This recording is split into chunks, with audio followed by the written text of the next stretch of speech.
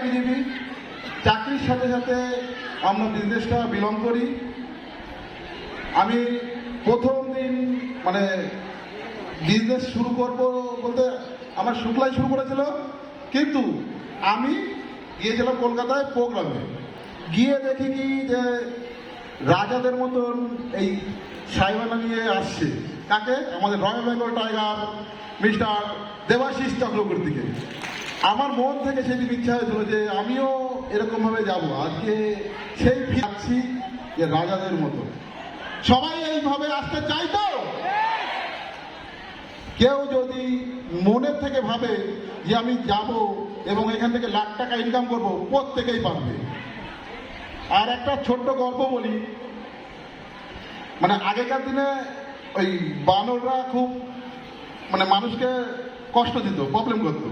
তা যাই হোক, তা বানরদের ধরার জন্য কিছু তো দরকার। তা কিছু মানে একজন সাধারণ মানুষ এসে বলছে যে হ্যাঁ একটা পদ্ধতি আছে। কি পদ্ধতি? যে হ্যাঁ বানরদেরকে মুফলি মানে বাদাম বাদাম একটা মানে কলসির মধ্যে রাখবে, এবার ওই কলসির মধ্যে গিয়ে বাদামটা ধরবে। তা যথারীতি বানরগুলো গেছে, গিয়ে বানর ভেতরে হাত দিয়ে কিছু মুফলি ধরেছে, মানে বাদাম ধরেছে। এর বাদাম ধরার পরে এবার আর বেরোতে পারছে না, ওখানে কিন্তু ধরে আটকে গেছে। তা আমাদের জীবনে মানে ওই বানরদের মতন এবার কি করছে, ওকে পেটাও আর যাই করো, ও কিন্তু মুফলি মানে বাদাম ছাড়বে না, কোনোদিনও বাদাম ছাড়বে না। তা আমাদের জীবনেও ওরকম কিছু মানে মানুষের প্রত্যেকটা মানুষেরই একটা সাইডে কিছু ইনকাম আছে। যেমন ধরো চাকরি, ছোট চাকরি, যে কোনো চাকরি বাকরি আছে। এই যে চাকরি বাকরি ছোটোখাটো এই মোদি কেয়ারের সাইডে নিয়ে মানে মোদি কেয়ারটা সাইড এবং মানে চাকরিটা তার মেন ওই বাদাম মানে ধরে রয়েছে। ওই বাদামটাকে কোনোদিনও ছাড়বে না, পেছনে পেটাও আর যাই করো, কোনোদিনও বাদাম ছাড়তে পারবে না। মানে যদি বাদাম ছাড়াতে হয় তাহলে বিজনেসে আগে নিজেকে ভাবতে হবে যে আমি মিলেনিয়ার হব এবং টিম মেম্বারদেরকে মিলেনিয়ার বানাবো, তাহলে ওইখান থেকে সাকসেস পাবে।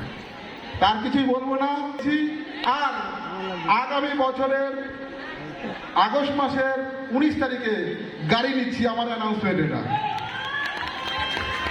এবং 19 তারিখে নিচ্ছি মানে আমার বাড়ির লোক মানে শুক্লা মণ্ডলের জন্মদিন, সেই দিনই গাড়ি নেবো।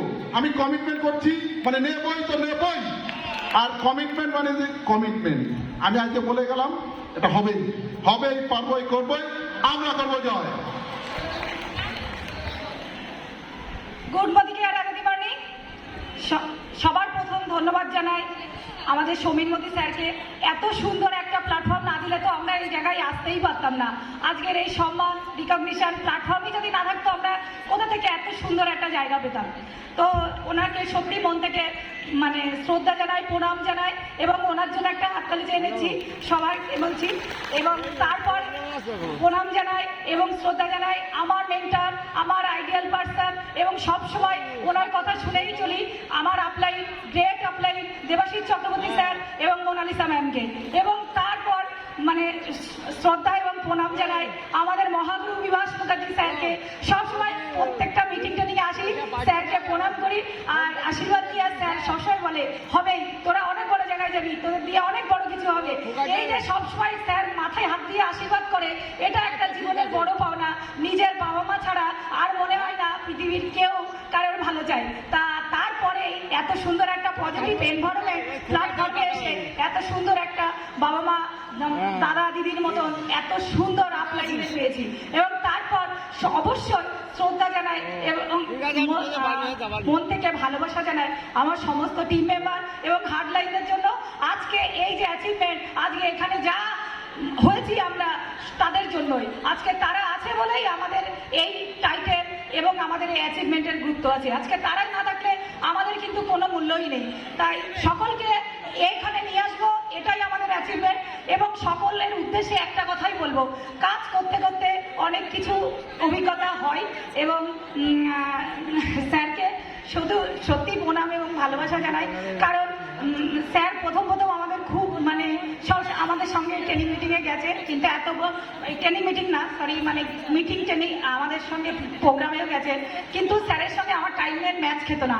যেহেতু আমরা দুজনেই গভর্নমেন্ট সার্ভিস করি, আমাদের তো দুজনেই চাকরির টাইম শিডিউল আলাদা। আমি একটাই জিনিস সবসময় প্রথম দিন থেকে আমার একটাই মেন্টালিটি ছিল যে কাজটা শিখে নিজের মতো করতে হবে, কারণ আপলাইনের যদি সবসময় সাপোর্ট নিই তার সঙ্গে গেলে বেশি প্রোগ্রাম করা হবে না। তার নিজে যদি কাজটা শিখি তাহলে অনেক বেশি বেশি করতে পারবো, আমার মতন টাইম ম্যানেজমেন্ট করে আমি কাজটা করতে পারবো। তো টিম মেম্বারদেরও সেই কথাই বলি যে কাজটা শিখে নিজের মতো করতে হবে, এবং প্রথম আপলাইন সাপোর্ট করে, তারপরে এটা নিজের বিজনেস। সব সময় যদি কেউ মন থেকে বলে এটা নিজের বিজনেস, তবেই তার সাকসেস হবে, তবেই তার বড় সাকসেস হবে না যতদিন তার মন থেকে মানে নিজের থেকে না চাওয়া আসবে। তো এবং মনে হচ্ছে ম্যাডাম বলেও যে মন থেকে কোনো কিছু চাইলে নাকি সত্যি হয়। তা আমিও মন থেকে চাইতাম যে দুজনেই তো চাকরি করি, যথেষ্ট ইনকাম করি, কিন্তু ওই বড় বড় মালা পড়াই সবাইকে আমাদের জীবনে কবে আসবে। তা সেই দিন এসেছে কাজ করতে করতে, কিন্তু আমি এতে স্যাটিসফাই না। আমার একটাই লক্ষ্য প্রথম দিন থেকে, কখন ফার্স্ট অ্যাচিভমেন্ট মিলিনিয়ার হওয়া। তারপরে তো মানে আমাদের first best earner lady doctor Sulekha Barga madam কোটি টাকা পর্যন্ত ইনকাম করে। তাহলে ওনার মধ্যে যা আছে, আমরা যদি নিজেদের ভ্যালু আরো বাড়াতে পারি, আরো নিজেদের ডেভেলপমেন্ট করতে পারি, সেলফ ডেভেলপমেন্ট, আমরা ওই দিন ওই জায়গায় পৌঁছাতে পারবো, আমাদের হবেই বড় কিছু। তো কিছু বই পড়তে পড়তে বইয়ের অনেক কিছু যা লেখা এবং বড় বড় কিছু লিডারদের যখন কথা শুনি, তখন মানে একটা কথা শুনছিলাম একজন লিডারের, উনি বলছিলেন যে যখন তোমার সাকসেসটা কাছাকাছি এগিয়ে আসার মতো হবে, তখন তোমার সমস্ত দিক থেকে প্রবলেম আসবে, সামাজিক প্রবলেম, মানসিক প্রবলেম, শারীরিক প্রবলেম, সব কিছু আসবে। কারণ ঈশ্বরও চায় যে ওই জায়গার জন্য তুমি সত্যি সত্যি মানে অ্যাচিভমেন্ট পাওয়ার জন্য তুমি যোগ্য কিনা, তোমার যোগ্যতা পরীক্ষা করার জন্য তোমাকে এই পরীক্ষাগুলো নেবে। যখন দেখবে সব দেওয়ালে ভিড় থেকে গেছে, সব দিক থেকে প্রবলেম আটকানোর চেষ্টা করছে, তখন সবাই একটাই মাথায় রাখবে, তোমার সাকসেস আসছেই, আগামী সামনেই তোমার সাকসেস আসছে। তাই কোনো ভালো কিছু হওয়ার আগে খারাপ কিছু হয়, সেই খারাপ কিছু যারা অতিক্রম করে এগিয়ে যায় তাদের সাকসেস হয়। অনেকের অনেক টিমে অনেক জায়গায় প্রোগ্রাম করতে যায়, অনেকে বলে ও আমি না করে ছেড়ে দিয়েছি। কি করে ছেড়ে দিয়েছো? স্কুলে নাম লিখিয়ে পরের দিন থেকে স্কুলে যাবে না, তোমার কি ডিগ্রি আসবে? কোনোদিন আসবে না। তুমি যদি গভর্নমেন্ট সার্ভিস করার জন্য অনেক কষ্ট করে চাকরি পেলে, তারপরে আর জীবনে চাকরিতে যাবে না, চাকরি থাকবে? কোনোদিন থাকবে না। মোদি কেয়ারে নাম লিখিয়ে যদি দিনের পর দিন পরিশ্রম করে তোমার লক্ষ্যে স্থির করে যদি সেই জায়গায় পৌঁছাতে না পারো, তোমার সাকসেস আসবে? কোনোদিন আসবে না। তাই ওরকম নাম লিখিয়ে লাগার দরকার নেই। আর যদি কাজ করতে হয় ভালোভাবে কাজ করুন, এবং এখানে যারা আছেন তারা একটাই মানসিকতা নিয়ে আসুন।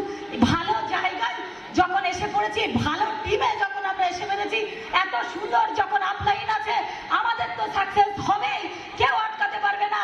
তাই ধৈর্য ধরে টিকে থাকুন। যখন সাকসেস আসবে তখনই মনে হবে আর পারছি না, এবার না ছেড়ে দিই। আমার নিজের হয়েছিল, আমি কারোর কথা বলবো না, আমার নিজের অভিজ্ঞতা থেকে বলছি। কিন্তু আমি তখন একটাই নিজেকে নিজেই বোঝাতাম যে অতগুলো লোক যদি পারে, তুমিও পারবে, তুমিও শুক্লা মন্ডল একদিন মিলেনিয়ার হবে, একদিন তুমিও কোটি টাকা ইনকাম করবে। তাই তুমি নিজেকে ঠিক রাখো এবং তোমার লক্ষ্য স্থির থাকুক, এবং তুমি তো অনেস্ট ক্যারেক্টারের, তোমার তো কোনো দিন হারাবে না, কোনো জায়গা থেকে তোমাকে কেউ আটকাতে পারবে না, তুমি সাকসেস পাবেই, কেউ আটকাতে পারবে না। তাই আমি এখানে বলে যাচ্ছি যে এর আমি শেষ দেখেই ছাড়বো, যেখানে যা যত খারাপ পরিস্থিতি আসুক, কোন টিম মেম্বার কাজ করলো না করলো আমার কোনো কিছু তাতে যায় আসে না। কারণ আমি যদি ঠিক থাকি, আমার লক্ষ্য যদি ঠিক থাকে, তো এত লোকের যদি সাকসেস হয় আমারও সাকসেস হবে, এবং আমার কথা শুনে যে কটা লোক টিকে থাকবে তাদের সাকসেসের সেই